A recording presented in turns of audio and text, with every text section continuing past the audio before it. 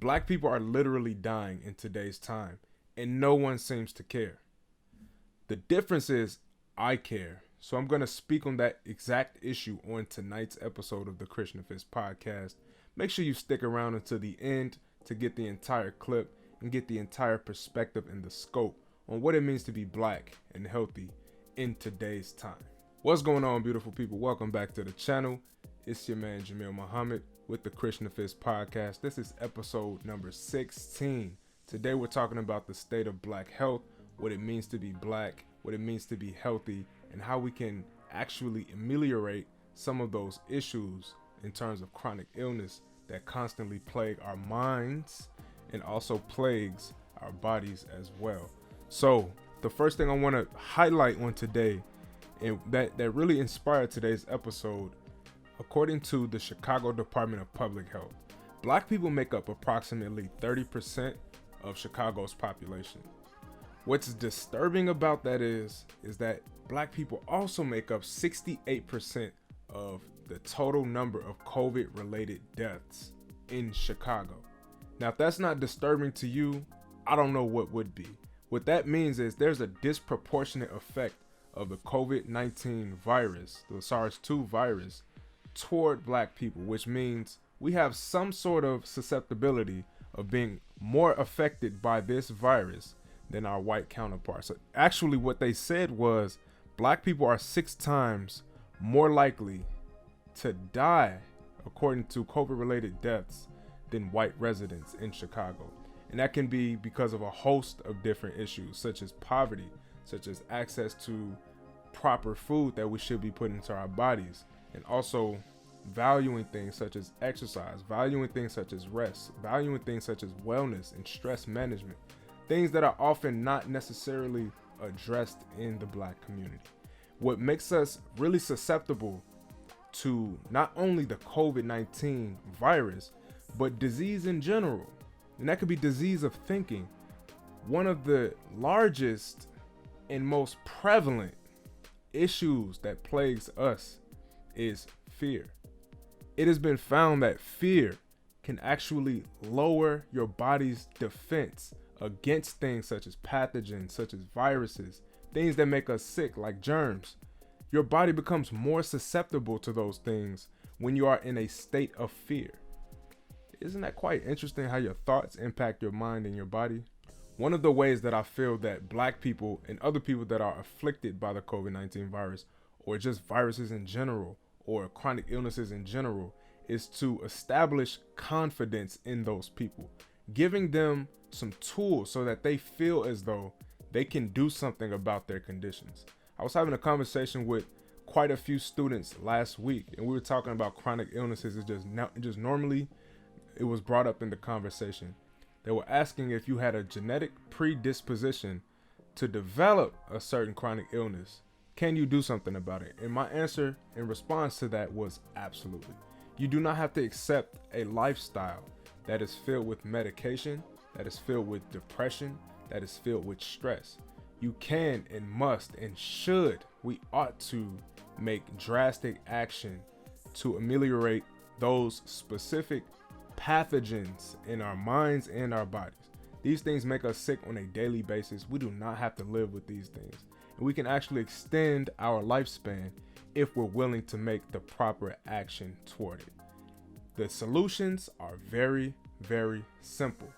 I'm not going to say they're not difficult to do, but they are simple. 3 solutions that we can incorporate today that will actually help us develop our bodies and our minds to fight off viruses, bacterial infections, different pathogens and germs. The first thing we can do is eat a more plant-based diet and drink more water. What that gives our body is the tools and the pieces of armor to develop the strength and the defense mechanisms that we need to fight off these constant invaders on a daily basis. That's the first thing, plant-based food and water. The second thing that we should and absolutely we must incorporate is exercise on a weekly basis. My regimen, my recommendation is that people, especially adults, get 3 to 4 days of moderate to strenuous exercises on a weekly basis. Not only does that help put your mind in a positive space, but it literally trains your heart to last longer. The only way that you can strengthen your heart is to exercise your heart. You have to stretch those heart muscles, because that's your way of communicating with your heart or your muscles. That's your way of telling them, repair yourself. That puts it in a state of autophagy, which on a cellular level tells the cell, start repairing itself. So you break it down a little bit and it starts repairing itself, and it starts to fix other problems. So exercise goes a really, really, really long way. It's not just to be slim, it's to heal yourself on the inside so that you feel good, not only on the outside, but on the inside as well. That's the second thing, exercise. And the third thing that we absolutely must do is manage our stress and get a good amount of sleep. It is recommended that we get approximately 7 to 9 hours of sleep, depending on your lifestyle, depending on who you are. You should get plenty of sleep. Stop working until you drop. Stop stressing yourself out about whatever ventures you got going on. Get some rest. That will make you more productive. That will make you more healthy, and it allows your body to heal itself. Your body can either be in fight or flight or rest and digest. If it's in fight or flight all the time, that is a state of stress, which could be good, but not all the time. You have to give your body time to rest and recover from the stress that it had endured throughout the day. So definitely make sure you emphasize getting a good night's sleep, drinking water, eating a plant-based diet, and exercising. Please engage in meditation, yoga, even stretching can go a long way. No pun intended. Make sure you get some sort of bodily movement in. Get your 10,000 steps in. Plenty of people that I work with on their lunch break, they're getting their steps in, and they get in 10,000 on a consistent basis, which really inspires me to go do the same, because we sit for a really long time, and that's not good for your heart. So I encourage you all to make those 3 actions. The first, eat a plant-based diet and drink plenty of water each and every day. The second thing, exercise. And the third, stress management. It is so important, not only to make sure that you are well, but you inspire the young people that watch you on a daily basis, and they can begin to value these things. If you do not eat vegetables, your children may not want to eat vegetables. If you are not exercising, your children may not want to exercise. And those are things that can save their life and keep them away from being on medication. And they teach their children to do the same thing to preserve their life, right? So what I want to offer on today, especially in Chicago, I'm not familiar necessarily with other cities. What I want to offer in Chicago is a solution to our access issue, because many people may live in a food desert, which is changing in this time. It's not necessarily the same as it was 15 years ago. But I have a list of farmers markets that you can visit to get fresh food so that you can put better foods into your body. And I don't want to hear anything about, oh, vegetables and fruits are nasty. I don't want to eat that. We took an entire pig and made every part of it palatable. So there's no excuse as to why we can't make vegetables delicious and make them taste good for our children to enjoy as well. Okay, so here's a list of farmers markets that I had done some research on in Chicago, and it pretty much hits each side of Chicago. We make sure we get wherever we need to go, so there's no excuse. You have the Hyde Park Farmers Market. You have the South Loop Farmers Market. 61st Street Farmers Market, you may have seen it as you're going traveling north on the expressway. The Pilsen Community Market. The Evergreen Park Farmers Market. And really, all you have to do is call them and make sure they're open. Get to those farmers markets and try out some fruits and vegetables. Try out some that you haven't seen. What I like to do is, for an entire week, I'll go and pick something that I've never eaten before, right? So I don't really like to eat, Brussels sprouts and things like that. But it was a special type of Brussels sprouts. And I'm like, man, let me try these. And I tried them and they were good. Not only because I made them good, but it's because I was open to trying it. So you have to be open to improving your life to actually make that change. Nobody's going to force you. That's not how you make the change. You have to be willing to make changes, to put better food into your body, to give your body some motion. You can't just think the thought. You have to make that action. You want your body to be healthy. You want your body to be strong and to last a long time. You do not have to be one of them old people hunched over, looking like a candy cane. And there's no offense to them. They could look like a candy cane if they would like. I'm just kidding. But you don't have to accept lifestyles that are against what you think in your mind. You don't have to accept those things, right? So heart disease, type 2 diabetes, high cholesterol, hypertension, those are all preventable chronic illnesses. And I say chronic illnesses because they are developed over a period of time. This is not something that we can't help but to have. These are developed based off of your lifestyle. So we're choosing to make actions to support those diseases.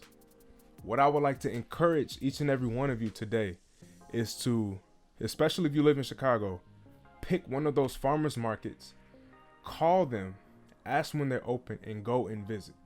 What they can do is actually work with you. Some of them accept EBT, so that's no excuse either. Actually, a lot of places nowadays accept EBT or Link.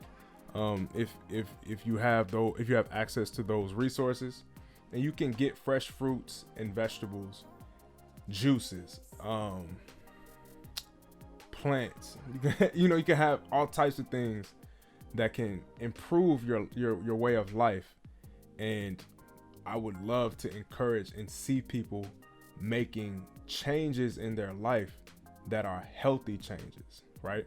So one more thing that I wanted to address that I found really disturbing, according to an article posted by USA Today from 2016, it said that 60%, actually 67% of gym memberships in the United States go unused. I talk to people on a daily basis and they're saying, yeah, man, I got a Planet Fitness membership and I don't even use it. Or I have an LA or Export membership, I don't even use it. I even heard people say, I have a Lifetime Fitness membership and don't use it. First of all, Lifetime Fitness is too lit for you to not be in there. You just want to be in Lifetime. Like that's like the holy grail of memberships, besides like the super bougie club memberships that you can get for the rich people. But anyway, these are actions in our lives that we can change. Remember, Black people make up 68%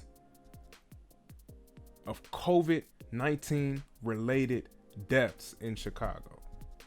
Now you tell me, does that seem fair? Does that seem proportionate if we only make 30% of Chicago's population? It doesn't make sense. And what it highlights is we need to make a change in terms of our health. Put the best of foods into our bodies. Soul food is not cutting it. The only thing it's cutting is our life short. Eating all them sweet potatoes, all them greens, all that pork, all them sweets, that stuff is not good for you. That will cut your life short, and we will not be here to show up for those that come after us, to show them how to live happy lives, how to live healthy lives, and be here for a long time. Don't accept that defeatist mentality to most of them. I'm gonna die anyway. Nah, we're gonna fight, and we're gonna fight till we can't fight no more. Each and every day, we're gonna fast, we're gonna exercise, we're gonna think good thoughts, we're gonna create environments for the youth so that the environments that they walk into are environments that help them grow, not help them stress out, not help them be worried, but help them to elevate and take that legacy to the next level. That starts with the food that you put into your body. Did you know that the food that you put into your body it's really a community of bacteria, fungi, viruses that your body works with that lives in your gut? Those same microorganisms communicate and influence your mood, your mind. It influences things like serotonin production, which is produced in the gut by bacteria. That's what helps us break down lactose. That's what helps us break down many types of food. So that not only are you putting good foods into your body that your body can use, but you're putting it into the the bacterial mouths of that community that lives inside of you, that helps us become healthy. So you're not only, this is not just like a one-sided thing. It's not only for you, it's for your community inside and your community on the outside as well. I thank you all so much for listening. Once again, I enjoyed this episode. I hope you did as well. If you did, leave some thoughts down in the comment sections. What are some ways that you promote and preserve your health in today's time? How else can we as Black people prevent ourselves from being afflicted by so much disease and sickness in today's time? Thank you all so much for tuning in. Once again, it's your man, Jamil Muhammad. This is episode 16 of the Krishna Fist podcast. I encourage you all to make better lifestyle choices, to live happy lives, to be here for a long time and a good time at the same time. Thank y'all so much for tuning in. Once again, I'm out of here. Peace.